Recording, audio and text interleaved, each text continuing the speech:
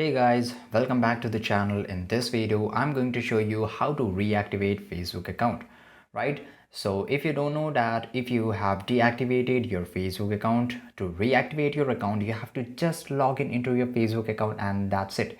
You don't have to do anything, right? So basically you can see that I have deactivated my account, right? And to reactivate it, I have to just log in back into my Facebook account.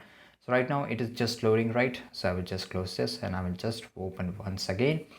And here guys, you have to just wait it, right?